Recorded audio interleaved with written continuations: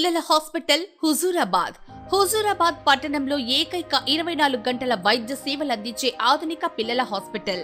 మా హాస్పిటల్ నందు లభించు వైద్య సేవలు. స్థలము కన్యకా పరమేశ్వరి గుడి ఎదురుగా, జమ్మికుంట రోడ్, హుజూరాబాద్. మీ బిడ్డ ఆరోగ్య భద్రతకు సంప్రదించండి. విజేత పిల్లల హాస్పిటల్, కన్యకా పరమేశ్వరి గుడి ఎదురుగా, జమ్మికుంట రోడ్, హుజూరాబాద్. జమ్మికుంట మున్సిపల్ పరిధిలోని వరద ముంపు ప్రాంతాలైన housing board colony, Ambedkar colony, Ramannapalle, Krishna కాలనీలోని ప్రజలు అరిచేతిలో తమ ప్రాణాలు పెట్టుకుని బిక్కుబిక్కుమంటూ బతకాల్సిన దుస్థితి నెలకొందని జమ్మికుంట పట్టణ అధ్యక్షులు కొలకని రాజు విమర్శించారు. గత 20 సంవత్సరాలుగా ప్రభుత్వాలు మారిన పరిస్థితుల్లో మార్పు లేదు. నాయకులు మారిన ముంపు ప్రాంతాల్లో కంపు పోలేదని ఎద్దేవా చేశారు. గత నెల రోజుల క్రితం భారతీయ జనతా పార్టీ జమ్మికుంట పట్టణ శాఖ ఆధ్వర్యంలో మున్సిపల్ కమిషనర్ వరద ముంపు ప్రాంతాల్లో తగ్గించడానికి వరద ముంపును నిధులు కేటాయించి కొత్తగా కాల్వలు నిర్మించాలని వినతి పత్రం అందజేసినా ఎలాంటి అభివృద్ధి పనులు చేపట్టలేదని కమిషనర్ పై అసహనం వ్యక్తం చేశారు. జమ్మికుంట బీజేపీ పట్టణ అధ్యక్షులు కొలకని రాజు ఆధ్వర్యంలో గాంధీ చౌరస్తా నుంచి మున్సిపల్ ఆఫీస్ వరకు ర్యాలీగా వెళ్లి మున్సిపల్ ఆఫీసుని ముట్టడించి ధర్నా కార్యక్రమం నిర్వహించడం జరిగింది. ప్రజల సమస్యలపై ప్రభుత్వ మరియు మున్సిపల్ అధికారుల నిర్లక్ష్య వైఖరిని నిరసిస్తూ ప్రభుత్వానికి వ్యతిరేకంగా నినాదాలు చేశారు. ఈ సందర్భంగా మాట్లాడుతూ స్థానిక ఎమ్మెల్యే పాడి కౌశిక్ రెడ్డి గెలిచిన దగ్గర నుంచి నియోజకవర్గంలోని ప్రజలకు అందుబాటులో ఉండడం లేదని, 1000 కోట్ల రూపాయలు తీసుకొచ్చి హుజూరాబాద్ నియోజకవర్గాన్ని అభివృద్ధి చేస్తానని చెప్పిన కౌశిక్ రెడ్డి గారు కనీసం తన ఎమ్మెల్యే నిధుల నుంచి కూడా ఒక్క పైసా కూడా ఖర్చు చేయలేదని ఎద్దేవా చేశారు. మున్సిపల్ కమిషనర్ గారు 2 ఆర్థిక సంవత్సరాల పన్ను వసూలు ముందుగానే ప్రజల ముక్కుపిండి వసూలు చేసి రాష్ట్రంలోనే మొదటి స్థానంలో నిలిచిన జమ్మికుంట మున్సిపల్ కమిషనర్ ప్రభుత్వం నుంచి ప్రశంసా పత్రంతో పాటు పారితోషికంగా 3 కోట్ల రూపాయలను మున్సిపాలిటీకి ఇచ్చిందని, ఆ నిధులు వరద ముంపు ప్రాంతాల్లో కేటాయించి అభివృద్ధి చేయాలని డిమాండ్ చేశారు. లేని ఎడల బీజేపీ పట్టణ శాఖ ఆధ్వర్యంలో నిరసన దీక్షలు చేపడతామని హెచ్చరించారు. జమ్మికుంట సీఐ రామకృష్ణ గౌడ్ ఎలాంటి అవాంఛనీయ సంఘటనలు జరగకుండా కార్యాలయం వద్ద బందోబస్తు ఏర్పాటు చేశారు. ఈ కార్యక్రమంలో హౌసింగ్ బోర్డు కాలనీ ప్రజలు, నాయకులు తదితరులు పాల్గొన్నారు. నరేంద్ర మోడీ గారి నాయకత్వం వర్ధిల్లాలి. బండి సంజయ్ గారి నాయకత్వం వర్ధిల్లాలి. బండి సంజయ్ గారి నాయకత్వం వర్ధిల్లాలి. ఈటల రాజేందర్ గారి నాయకత్వం వర్ధిల్లాలి. జై జై జై మాతా భారత్ భారత్ భారత్ మాతా. జై జై జై జై జై జై మాతా భారత్ భారత్ భారత్ మాతా. వెంటనే పరిష్కరించాలి.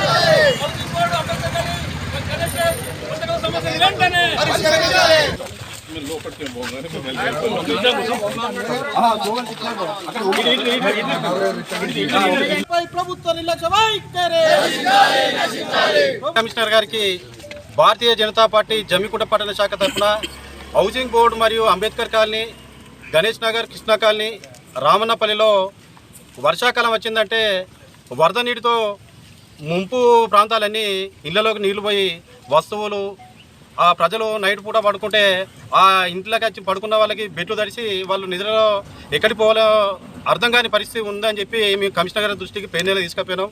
కమిషనర్ గారు తూతూ మంత్రంగా ఆ కాలువల్లో చెత్త చెదారాన్ని తీపించడం తప్ప ఒక కొత్త కాలువ నిర్మించడానికి కూడా ప్రయత్నం చేయలేదు. ఇదే కమిషనర్ గారు 2 సార్లు అవార్డు తీసుకున్నారు. ఎవరు కడితే పనులు కడితే జమ్మికుంట మున్సిపాలిటీ ప్రాంత ప్రజలు ముక్కు పిండి వసూలు చేసిరు. 2024-25 గత ఆర్థిక సంవత్సరంలో పన్నులు 100% సాధించినామని చెప్పి జిల్లా కలెక్టర్ గారి చేతుల మీదుగా, రాష్ట్ర మున్సిపల్ శాఖ కమిషనర్ గారి చేతుల మీదుగా అవార్డు తీసుకున్నారు. మరియు 2025-26 అంటే ముందస్తుగా ప్రజల్ని, అమాయక ప్రజల్ని ముక్కు పిండి వసూలు చేసి ఆ నిధులు ఏం చేస్తున్నారు కమిషనర్ గారు సమాధానం చెప్పాలి. ఎందుకంటే మేము గత నెల ముఖ్యంగా హౌసింగ్ బోర్డు, అంబేద్కర్ కాలనీ, 26వ వార్డులో ఉన్నటువంటి కృష్ణ కాలనీలో, 3వ వార్డులో ఉన్నటువంటి రావన్నపల్లిలో దుస్సమడుగు నుండి ఆ హనుమాన్ టెంపుల్ వరకు మొత్తం వర్షాకాలం వచ్చిందంటే మొత్తం వర్షంలో ఇండ్లు అన్నీ మునుగుతాయి. వాటిని పరిష్కరించాలని మేము వినతి పత్రం ఇస్తే ఇప్పటి వరకు కూడా కమిషనర్ గారు మాకు నిధులు లేవని చెప్పి చెప్తున్నారు. మొన్న మీరు 2 సంవత్సరాల ఆర్థిక సంవత్సరాల నిధులు వసూలు చేసి ప్రత్యేకంగా మీరు మున్సిపల్ ప్రత్యేకంగా ఒక అభినందన సన్మానం చేసుకున్నారు. మరియు మనకి ప్రభుత్వం తరఫున కూడా 3 కోట్ల రూపాయల నిధులు వచ్చినాయి. ఆ 3 కోట్ల రూపాయల నిధుల్ని ఇప్పుడు దోచుకోవడానికి కౌన్సిలర్ లేరు. అప్పుడు గతంలో ఉన్నటువంటి పాలకులు ఏం చేయలేదు. ప్రతి వార్డులో వాళ్ళు సీల్డ్ కవర్ కౌన్సిలర్లు ఉన్నారు. ఎందుకంటే ప్రతి ఒక్కరికి ప్రజలకు తెలుసు, వాళ్ళు సీల్డ్ కవర్లు ఇస్తే వాళ్ళు ఎక్కడ సంతకం పెట్టమంటే అక్కడ సంతకం పెట్టారు. తూతు మంత్రంగా 5 సంవత్సరాలు జరిగినాయి. ఏ కౌన్సిలర్ కూడా మున్సిపాలిటీ పైన ఒక్కరోజు పోరాటం చేసింది, కానీ మా వాళ్ళకి ఈ సమస్య ఉందని చెప్పినటువంటి కౌన్సిలర్ లేనేలేడు. పట్టణంలో దీర్ఘకాలిక సమస్య హౌసింగ్ బోర్డు కాలనీ సమస్య, అంబేద్కర్ కాలనీ చౌరస్తా, శ్రీనివాస చౌరస్తా అంటే 3 వరద ప్రాంతాల్లో ఎప్పటికి కూడా వర్షం వస్తే రాత్రి వాళ్ళు మంచాలు మీద పండుకునే పరిస్థితి, అంటే కింద స్థానాలు కూడా దొరుకునే పరిస్థితి ఉన్నది. ఈ సమస్యపై పలుమారు మన అధికారులకు దృష్టి తీసుకొచ్చినప్పుడు కూడా పట్టించుకోలేదు. ఉప ఎన్నికల సమయంలో మేము చేసిన అభివృద్ధి తప్ప ఇంతవరకు ఈ పాలకవర్గం కావచ్చు, ఈ మున్సిపల్ అధికారి కావచ్చు ఎక్కడ అభివృద్ధి చేయలేదు. అభివృద్ధి చేయని తక్షణమే మేము చేయకపోతే ఈ గత 15 రోజుల తర్వాత జమ్మికుంట పట్టణం నిరసన దీక్షలు చేపట్టే విధంగా ప్రయత్నం చేస్తాం, కార్యక్రమం చేస్తాం చెప్పిస్తున్నాం. అదేవిధంగా ప్రభుత్వానికి వ్యతిరేకంగా కూడా మేము ఉద్యమాలు చేసి ప్రజల జరిగే పనులు అభివృద్ధి పనులు సాగిస్తామనే విధంగా ప్రయత్నిస్తాం తెలియజేస్తున్నాం. అలాగే వార్డులలో ఉన్న రైల్వేలలో సీట్లు తీసేసి ప్రజల్ని కాపాడాలని చెప్పి సందర్భంగా కోరుతున్నాం. మీరు శ్రీనివాస ఇంగ్లీష్ మీడియం, పాత శ్రీనివాస ఇంగ్లీష్ మీడియం దగ్గర ఒక కల్వాటు కట్టారు. దాని పైకి వెళ్ళి ఒక పెద్ద పైప్ లైన్ ఉంది, మన మెయిన్ ట్యాంక్ పోయే పైప్ లైన్ ఉంది. దాంతో నీళ్లు కట్టుకొని కృష్ణా కాలనీ, గణేష్ నగర్ మళ్ళీ మునిగిపోయే ప్రమాదం ఉంది. కాబట్టి ఆ పైప్ లైన్ దగ్గర దానికోసం ఇప్పటికీ మా వాళ్ళు ఒక 10 సార్లు మీకు వినతి పత్రం ఇచ్చి ఉంటారు. ఈ రోజు వరకు కూడా దాన్ని మీరు పరిష్కరించలే. మీ ఇంజనీర్ వ్యవస్థ కూడా ఇప్పటి వరకు పరిష్కరించడానికి ప్రయత్నం చేయలే. ఎందుకంటే ఒక్క వర్షం పడ్డదంటే ఒక 100 నుంచి 200 ఇల్లు మునిగిపోయే పరిస్థితి ఉంది. దీన్ని కూడా మీరు దృష్టిలో పెట్టుకొని తప్పకుండా ఆ ప్రాంతానికి వెళ్ళి ఆ డ్రైనేజ్ కట్టిన ప్రాంతం లోపల ఉన్న ఆ పైప్ లైన్ను ఎలా సరి చేయాలో చూడండి. దాని తర్వాత అక్కడనే ఒక రోడ్ ఉంది, ఆ రోడ్ను కూడా ఆక్రమించుకోవడానికి కబ్జా చేయడానికి ప్రయత్నం చేస్తారు. ఇలాంటి వాటిని అన్నింటి మీద ప్రత్యేక దృష్టి పెట్టాలని చెప్పి మీ సందర్భంగా కోరుతూ వెంటనే ప్రజా సమస్యలు పరిష్కరించాలని చెప్పి దానికోసం అని చెప్పి భారతీయ జనతా పార్టీ మీ వెంట ఉంటుందని చెప్పి సందర్భంగా మీకు తెలియజేస్తున్నాం. సహకరించని కమిషనర్ వెంటనే మున్సిపల్ అధికారుల నిర్లక్ష్య వైఖరి నశించాలి. అంబేద్కర్ కాలనీ, గణేష్ నగర్ పథకాల సమస్యలని పరిష్కరించాలి. హౌసింగ్ బోర్డు ప్రతి సంవత్సరం మునుగుతున్నది. ఎంతో మంది నష్టపోతున్నారు. బియ్యం తడుస్తున్నాయి, పరుపులు తడుస్తున్నాయి, ఇళ్ళున్న మనుషులు తడుస్తున్నాయి, అన్ని మొత్తం లాస్ అయ్యి ప్రతి ఒక్కరు 2-3 లక్షలు ప్రతి సంవత్సరం జరుగుతున్నది ఈ కార్యక్రమం. ఇప్పటికీ 7 సంవత్సరాల నుంచి ఇదే కార్యక్రమం. మాకు ఎప్పుడు రోజు అదే పని అవుతుంది. రాత్రి వర్షం వస్తే నిద్రపోవాలన్నా పడుకోవాలన్నా లేదా అనే భయంలో తిరుగుడు అవుతుంది. కాబట్టి చాలామంది మా దగ్గర ఓల్డేజీలో ఉన్నారు ఎక్కువ మా హౌసింగ్ బోర్డులో. కావున మా అందరికీ తొందరగా వరద నీళ్ళు వెళ్ళిపోయేటట్టు చేయమని ఎన్నోసార్లు మున్సిపల్ కమిషనర్కి ఇచ్చినా కానీ అది పట్టింపు లేదు. వచ్చినప్పుడు అధికారులు వస్తున్నారు, చూస్తున్నారు, పోతున్నారు, రేపత్తా మాపత్తా ఇంతవరకే మాకు అవుతున్నది. కానీ ఇప్పటివరకు మా సమస్య పరిష్కారం కాలేదు. ఆ సమస్యను మేము ఎన్నో రోజుల నుండి ప్రతి ఒక్కరికి విన్నవిస్తున్నాము. అయినా వాళ్ళు వింటున్నారు, వెళ్ళిపోతున్నారు. కానీ ఎవరు ఇంతవరకు సమస్యను పరిష్కరించిన వాళ్ళు లేరు. అక్కరాని రోడ్లు ఎత్తారు, అక్కరాని మోరీలు కడతారు, కానీ వరదకాలం మాత్రం ఇంతవరకు కట్టట్లేదు. మా నీళ్లు లేకుండా చేయట్లేదు. ఇంతవరకు హౌసింగ్ బోర్డులో నయా పైసా పడలేదు. గవే ఎప్పుడో వేసిన రోడ్డు తప్ప ప్రతి సంవత్సరం ఎన్నో కోట్ల ఫండ్ అంతా ఎడిపోతుందో తెలియదు, ఏమో తెలియదు. జనం మాత్రం మీకు వస్తా ఇప్పటివరకు ఆశతోటి బతుకుతున్నాం. ఇంకా ఇది ఇట్లే ఉంటే ఇంకా మేము చాలా కష్టాలలో ఉంటాం. కాబట్టి దయచేసి ఈ యొక్క కార్యక్రమానికి మా బీజేపీ వాళ్ళు మమ్మల్ని వచ్చి సంప్రదించడం జరిగింది. మేము వాళ్ళకి చెప్పుకోవడం జరిగింది. మా పరిస్థితికి ఇదే అంటే రండి ఒకసారి చూద్దామని.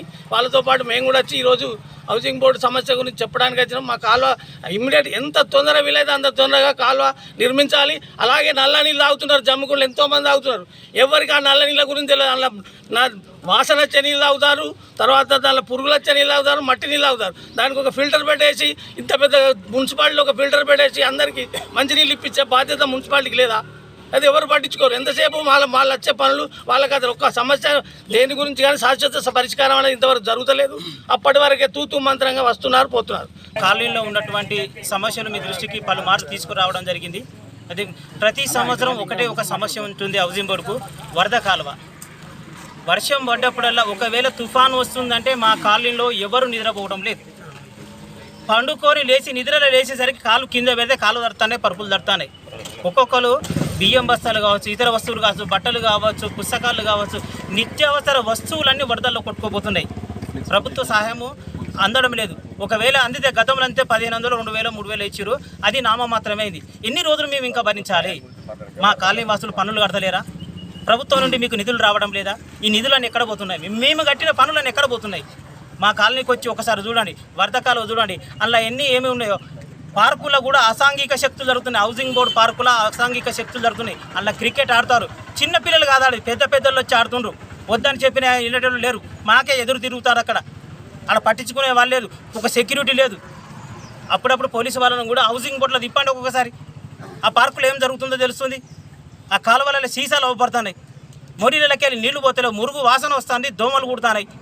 ఇప్పుడున్న పరిస్థితులలో రేపు వర్షం తుఫాను కనుక వస్తే మేమంతా ఎక్కడ పోవాలి? మేమంతా బట్టలు నెత్తిలో పెట్టుకొని సూట్ కేసులు పట్టుకొని రోడ్లు తిరగాలన్నా? రైలు పట్టాల మీద నిలబడాలా? ఒక రైలు పట్టాలే మాకు దిక్కడ పోయి అలా కూర్చోమంటే మేము కూర్చుంటాం. ఇక రైలు పట్టాల మీదే ఇక్కడ మునిగిందంటే నెక్స్ట్ రైలు పట్టాల మీదే కూర్చుంటాం. ఇక మేము దయచేసి మీరు ఒక ఉన్నతాధికారి కాబట్టి మా సమస్యను మీ సమస్యగా భావించి, ప్రభుత్వ సమస్యగా భావించి, ఇక్కడ ఉన్నటువంటి మహిళా సోదరులు కావచ్చు, ఆ అమ్మజుడు 65-70 ఏళ్ళ వయసులో వచ్చి కూడా ఎండలో ఇక్కడ మా కోసం మా కష్టాలు ఉన్నాయని చెప్పుకుంటుంది. ఈరోజు ఈ పరిస్థితి, ఈ దుస్థితి రావడానికి కారణం ఎవరు? మీ అధికారులే. మీ నిర్లక్ష్యమే. మీ నిర్లక్ష్య వైఖరిని మేము ఖండిస్తున్నాం. దయచేసి మీ ప్రభుత్వ అధికారులకు కూడా మేము అందరం సహకరిస్తాము. మా సపోర్ట్ ఎప్పుడు మీకు ఉంటుంది. దయచేసి ఒక ముందడుగు వేసి మాకు హౌసింగ్ బోర్డుకు అర్జెంటుగా వరద కాలువ నిర్మించేటట్టు మీరు కృషి చేస్తే మీ అందరూ మీకు కృతజ్ఞులుగా